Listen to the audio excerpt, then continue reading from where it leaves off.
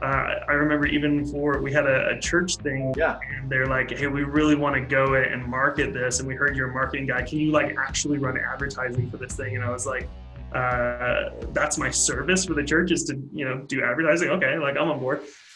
How do you build a network, run a profitable business, and make an impact? Oh, and have a personal life at the same time? That's the question, and this podcast is the answer. I'm your host, Chad, father of five, author of the book 5+1, president and co-founder of Master Networks Inc., a national networking organization. Look, each week I bring you successful entrepreneurs who will share success strategies of how to effectively build a network, add valuable wisdom to your journey, and help you succeed. Welcome to Connect, Share, and Prosper.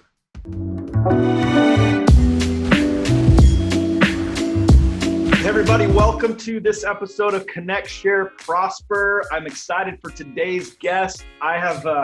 He's probably the guest I've known the longest of any guest.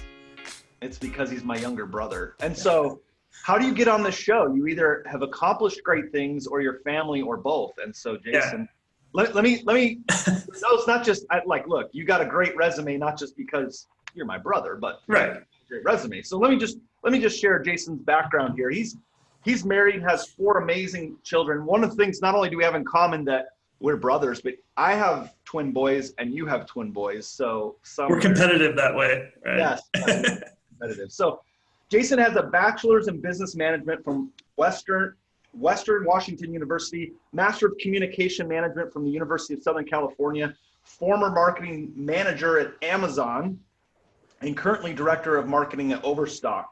Accomplishments: outstanding graduate in finance and marketing, worked on marketing campaigns for Amazon, original series including Transparent, Mozart in the Jungle, The Man in the High Castle. Those are awesome. And he's also, guys, get this number, responsible for driving $100 million in revenue for Overstock last year. Jason, I am so excited to have you on the show because we're going to talk marketing today. So thanks for being on Connect, Share, Prosper. Yeah, happy to do it. Thanks for the opportunity. So listen, I mean, I've known you your whole life.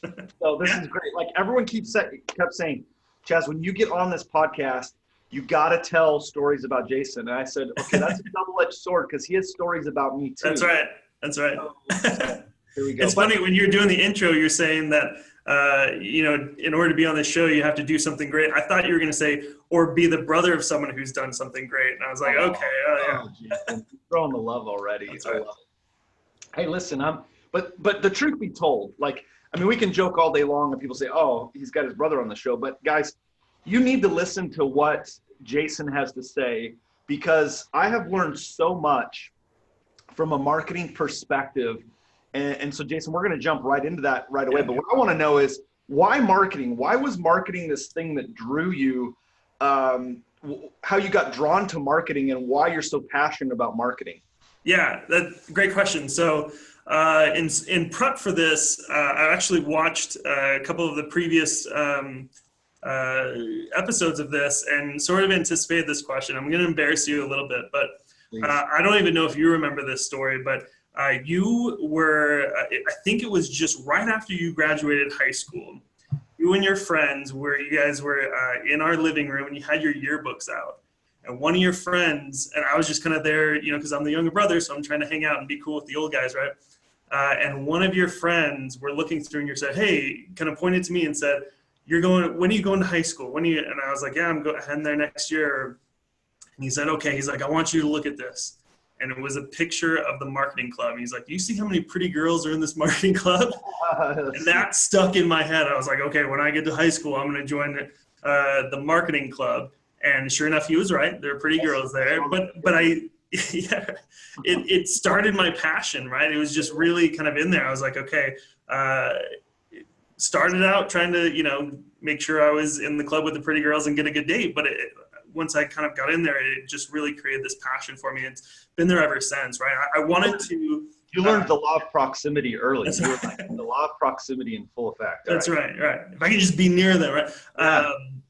Yeah. So anyway, So that kind of was the lure. But then once I got into it, I realized that I had this passion for it. And I always thought it was going to be this sort of like sit in a room and think of all these interesting kind of creative ads and so forth, and be kind of the Mad Men days, right? You're just thinking of all these fun, interesting commercials and so forth. And that's what I wanted to do. And then I learned all the science behind it and the psychology behind it. And it really kind of got its hooks in me early. And so I've had a passion for it ever since.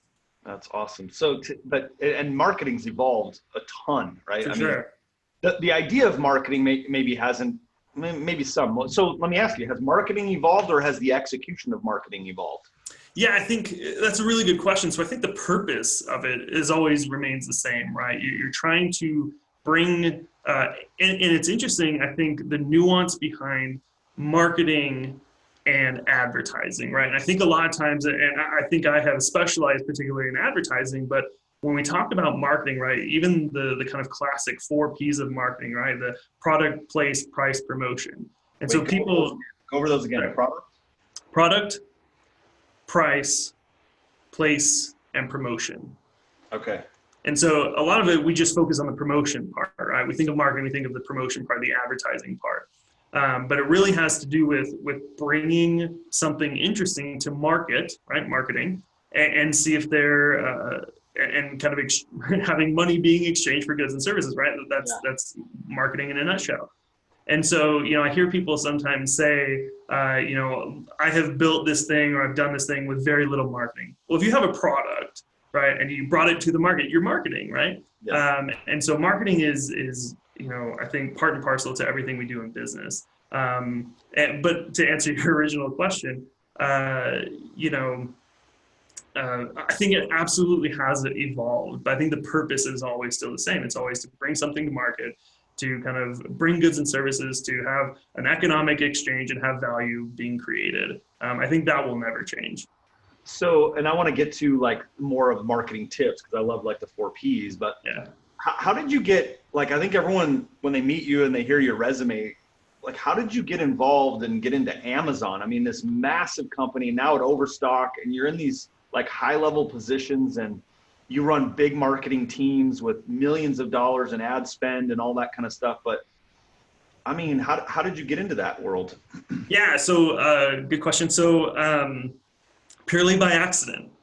I mean, I wish I had a better. Was it the Pretty Girls for Amazon? Pretty Girls, right? No, it was interestingly enough. So because I want to give credit to to God basically for kind of guiding my path. Because if I had to divine this path forward and kind of chart my career, it would be a miserable failure, I think. And so it was, I think, kind of whatever you want to call it. I call it God. If you want to call it the universe, happenstance, fate, whatever. But kind of guiding my path. So in college, I did 0 internships, or I didn't have any idea to do an internship. And some mentor in my path said, if you're going to graduate and have 0 experience, good luck finding a job. And so with 1 semester left, I did 7 internships. Wow. And really try to gain as much experience as I could to go out into the workforce. And then from there, the first job I was able to land by a couple of connections, right? Making those connections, making kind of networking and so forth, right? As you do, right? Have a huge love for networking and benefited greatly from it. Met a guy who introduced me to a guy who got me my first job, right? And it just happened to be digital marketing for Microsoft. So from there, worked at a couple of different companies, and then was got into the more programmatic, the more social space, right? That was kind of emerging at the time. And then, interestingly enough, you asked how I landed my job at Amazon. I got the company that I was working at before, which I loved and was going to spend years at, they shut down.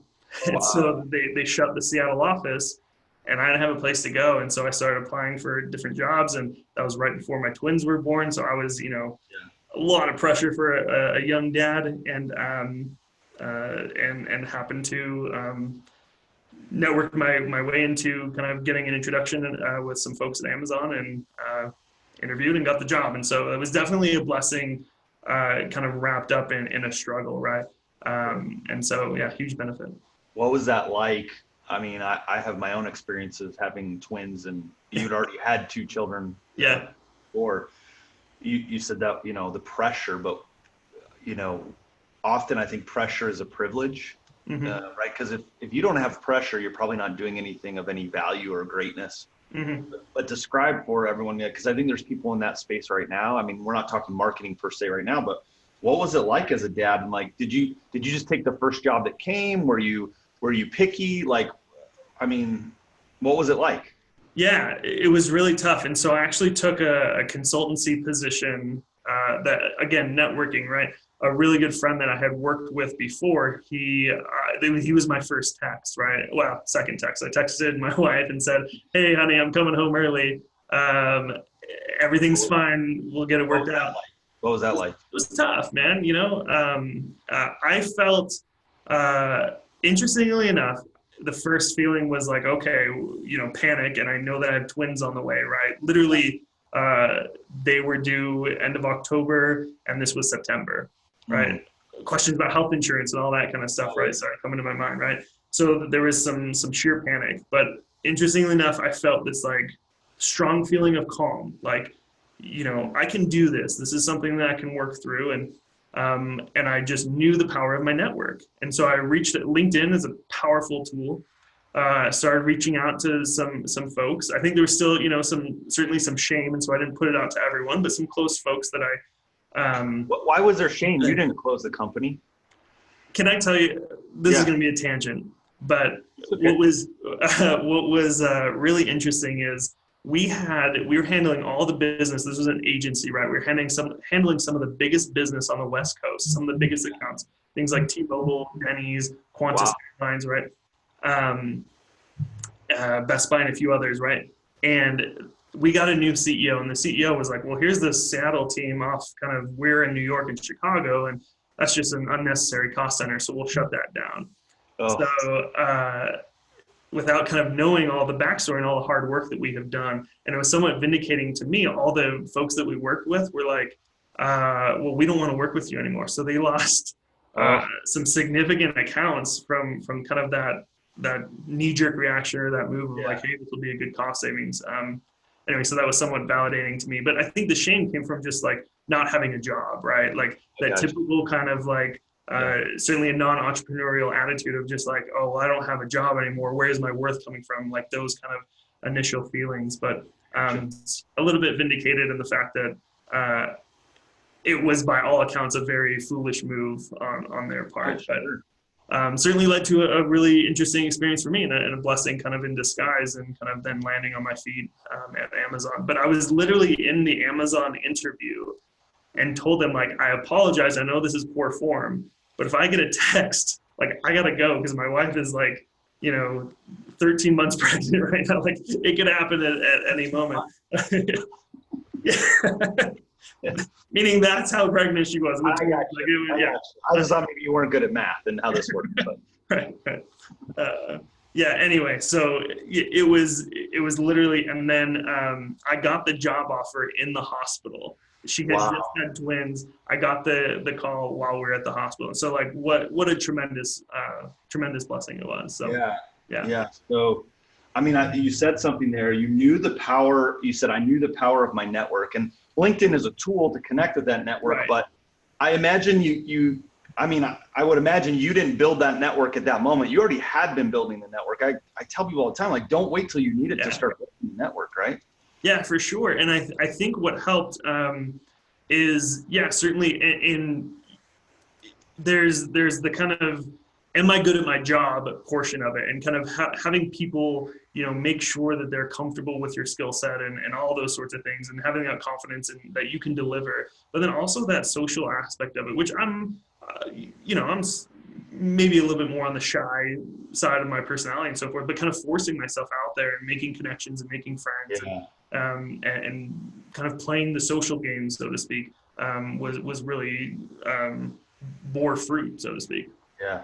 So now let's jump a little bit. Here you are at Overstock. You're there was some transitions from Amazon to Overstock, but you're here and you're managing these teams and you're managing tremendous dollars, especially comparison to, someone our size or an individual who's running their own business. But I think the tips are the tips, right? They're the same, or are they? Or are they different? So I might be getting a little glare. I'm gonna take the glasses off. I'm gonna do Clark Kent or Superman now. Yeah. And so Now it's getting serious. Yeah. Now's the heat. So I think the fundamentals are the same. Right? The strategies for the most part are the same. Certainly, they're going to vary from size, and they're going to vary somewhat industry to industry, right? Particularly in some of the things like finance, right? So if you're running a finance company, there's just things you can and can't say, right? Regulations and so forth. But I think the principles are all the same. It's all trying to, kind of, we talk about like the funnel, right? Getting awareness, then to consideration, and then to purchase, and then to advocacy and so forth, right? Like those principles will all be the same. And I've done a lot of consulting and so forth. And what I found is when I try to get into like, here's the interesting thing, the nuances of Facebook and how to bid and so forth. Like, I think that leaves a lot of people cold. Or at least, unless they're super into it, right? But for the vast majority, they want to learn the principles, they want to learn the strategies and so forth, and less so necessarily the nuanced tactics, because those are the things that translate across industries.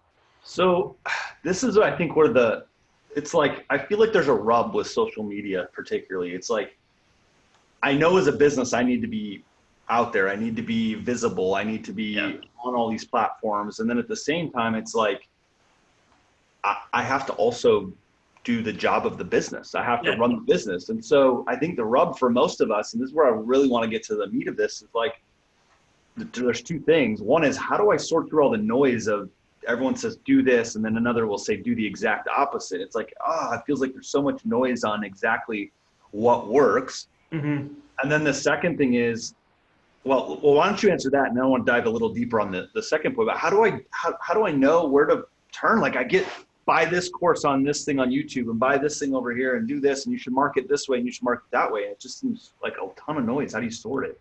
Yeah, that's a really difficult question. So, and to be honest with you, that's why, I was so excited to kind of get involved with you and the sorts of things that you're doing. Is that was kind of going back in my story a little bit. I was always sort of known as the marketing guy, right? Like even within kind of in my neighborhood and kind of social circles, even, church groups and so forth, like I was kind of always known as the marketing guy. And so I would always get hit up to say like, hey, I'm running this kind of project, or I'm getting involved with this. How would you grow?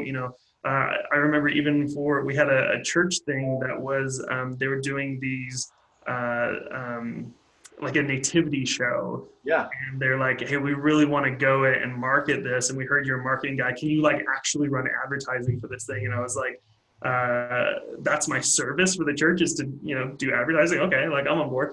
And so I was kind of always known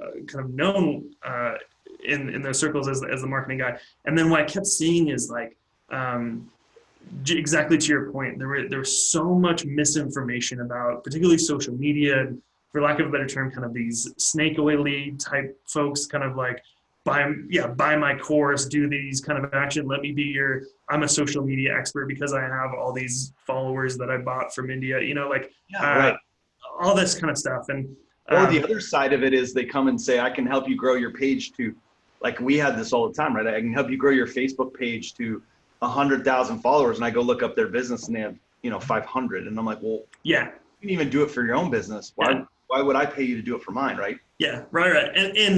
And I will say that I'm certainly the, I have fallen victim to the cobbler's kids have no shoes, right?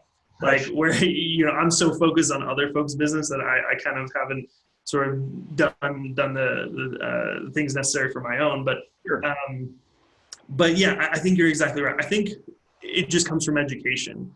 And that's what I'm so passionate about is kind of moving from consulting to education and taking the things that I have learned from, working with these Fortune 500 companies and these strategies and tactics, and to use a big word, right? Like the democratization of advertising technology that has occurred over the last 5 to 6 years has been incredible. And these things that used to be only at the purview of these big companies have now moved down to the masses, right? That's where I want to go. That's where I want to go with you. So Yeah. I'm listening. I'm like, this is awesome, but I don't have a marketing team, or I don't have Yeah. a marketing budget. Like, is there a space for me to actually be effective and do this? Yeah, and what's amazing is, right, if I wanted to do, mass marketing to, back in the 70s or whatever, right, the barrier to entry was probably $20,000, right? You couldn't go to like a TV or, a TV station or whatever and buy advertising for less than that. I think that's probably too low. But now you can do it for $20. You can put an ad on, you can post on Facebook, boost that post. You can do it for $1, right? Like there's no barrier to entry. And that's what's so kind of exciting is you can start testing and learning and figuring out your niche and what tactics work and don't work for, the mistakes. To kind of put a finer point on this, we were talking with a team recently they were A/B testing different features on a website. Yeah. What they said is our methodology is we don't count our losses. We only count our gains. And I was like, that doesn't make any sense. If you lose, if you put a feature on the website and you start losing $10,000 a day on the website, like you should count that loss. You made a mistake. And he said, no, because that won't last. We will figure out that failed and we'll cut it. Oh. But every win compounds, right? Every win compounds. And so the losses, we say, oh, we have to count our losses. We won't try. We'll say, like, that's too risky. We'll never do it. But if we don't count our losses and only count our wins, the losses we cut, we turn that off. We only turn the wins, and the wins compound over time. And so they'll always make up for the losses. That's an interesting perspective. And I think it's the same with advertising, right? Is like, sure, you can try some things and you'll lose, but your wins, if you continue to keep compiling your wins, they'll always outweigh your losses. To your point, if you don't lose, like you never get to the wins really, because you learn from the losses to make the wins happen. Exactly. So it's such a smart thing in every part of business, right? Mm-hmm. Like you're afraid to lose or you're counting these losses, then you're never going to go to here, let me try this, because those failed 5 times before. Right, and the only time you should count your losses is if you don't stop, right? If you just keep doing them, right? If you're not, who was it? You had on your podcast that was talking about knowing your numbers recently. Well, we had several that have talked in your numbers for sure. If you're not paying attention to them, if you're not counting those and figuring out that they're losses, right? You'll keep doing them, and then you definitely should count them, right? Because it is hurting your business. Okay, so give us like 2 or 3 tips that I could do right now as a local business owner. Maybe I have 1 employee, maybe I don't, to start generating some things for my business. What could I do right now? Yeah, I think the easiest thing is if you don't have a social media account, set them up, right? If you don't know how to set them up, find anyone who's, a teenager, right? Your local teenager to come in and do it, because it really is that simple. So set them up, and then within that, it only takes a couple of clicks. In fact, if you set up as a business page, Facebook, will basically hit up your inbox fairly frequently to say like, boost this post, right? Or, so it doesn't take much. And that's what I would say. That's the simplest way to do it, is to go out there and you can choose an audience that you want to target, who your kind of target demographic is, and just get comfortable with it. Start making $10, $20 mistakes, right? If you run a business and you can't absorb a $10 or $20 mistake, then you have way more issues than social media advertising, right? But just get comfortable with it, and get comfortable with it on, the price of a coffee or the price of a Big Mac, right? Like, start doing things and do that for a couple of weeks, just so you get comfortable with the platform, you get comfortable with what it's about, the targeting capabilities and so forth. And that's just such an easy way to dip a toe in. I would say the other thing is then just time is difficult, right? There's always the leveraging other people. Get with some experts, talk to and start, educating yourself on some of this. I would say, to plug the 5+1 Mastery, right? Like, I've put in a lot of content in that. That's a really good resource. That's what I was going to say. So listening, we're listening to Jason Wilson, who's a digital marketing and marketing specialist in general. And so he's part of our Mastery, 5+1 Mastery. If you're not familiar with 5+1, it's the best-selling book that I've written. And we created a Mastery coaching program. And what Jason has done is he's taken a digital marketing segment and he's taught marketing really from A to Z on this, and then dives deep into the digital marketing piece. If you're part of the Mastery program, those, what did you do? What have you done? 15, 20, something like that? Yeah, I think over 20 videos now. Yeah, and they're very easy to digest and understand a process, and you put them in a systematic way.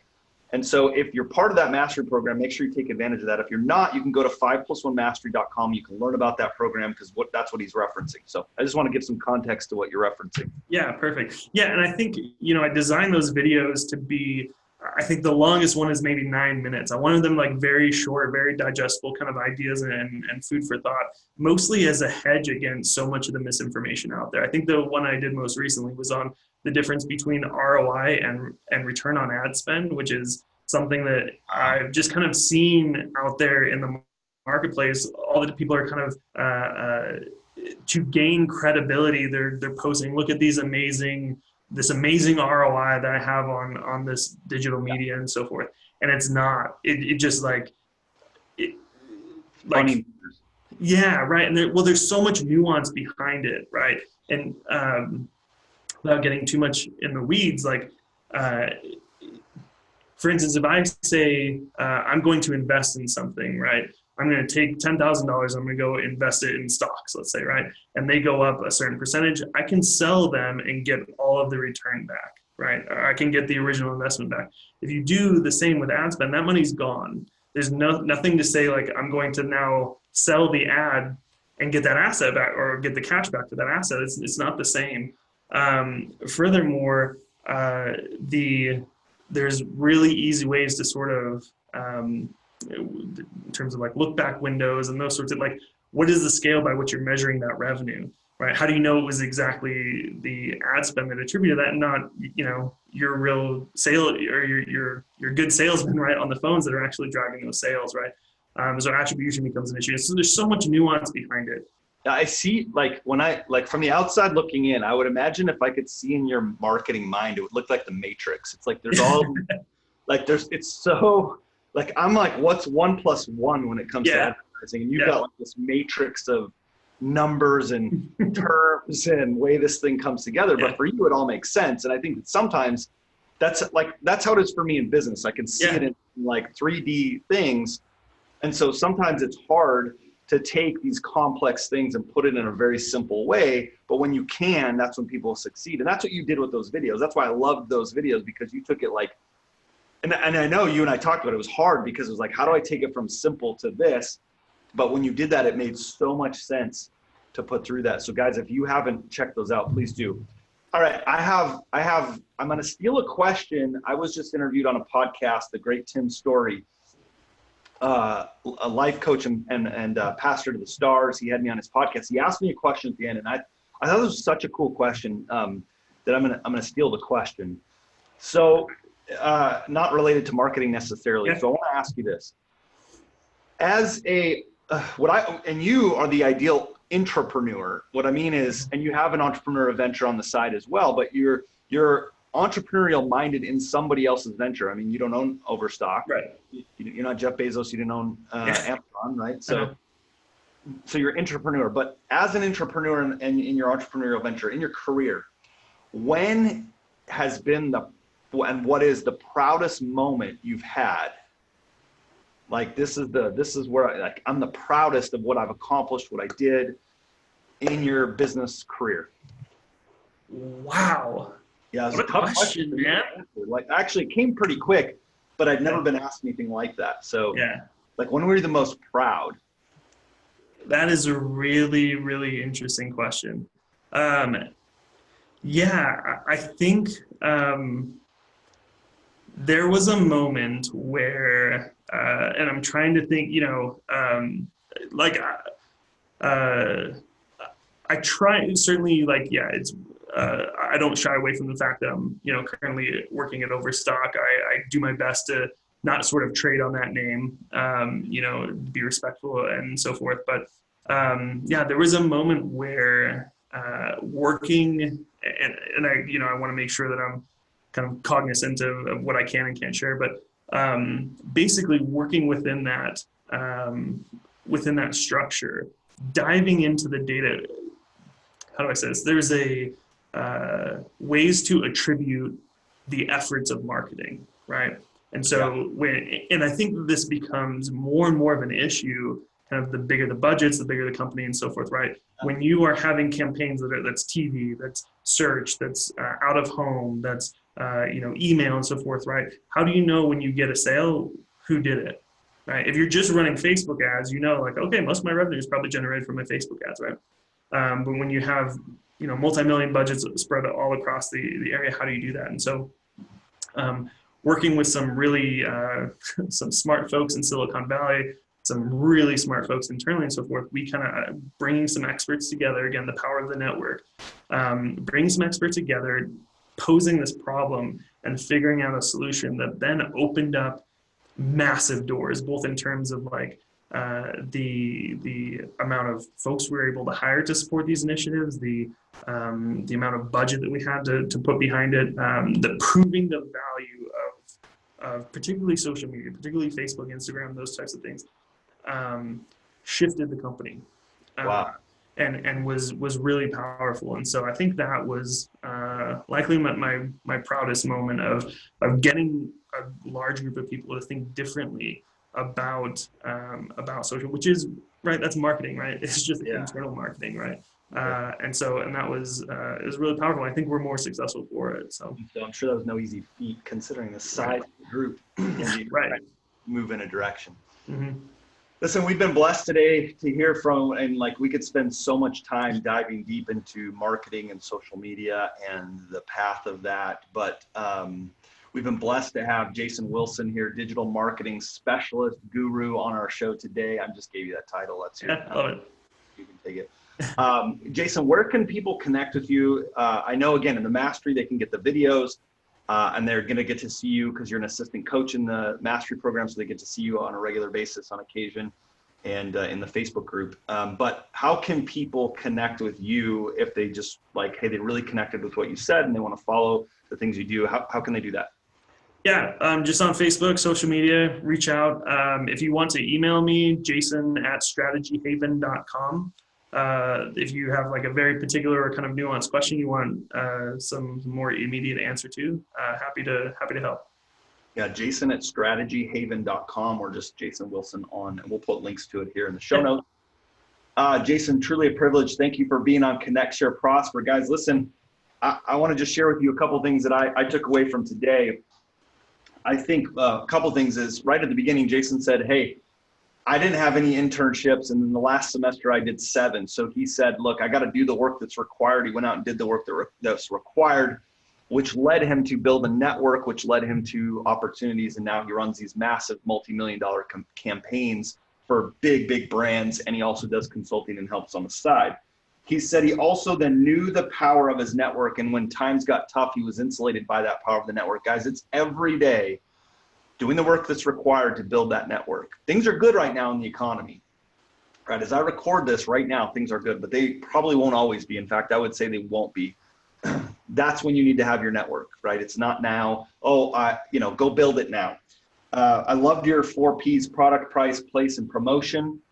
We can dive more into that maybe in a future episode. I think there's so much value in understanding what's my product, am I priced correctly, where do I place it, how do I promote it? So Jason, again, thank you for being on Connect, Share, Prosper. Guys, join me every Monday at noon Central for Connect, Share, Prosper, where I bring to you successful entrepreneurs and intrapreneurs who share their journey of success with you and leave valuable tips. Until next time, I'll see you on Connect, Share, Prosper.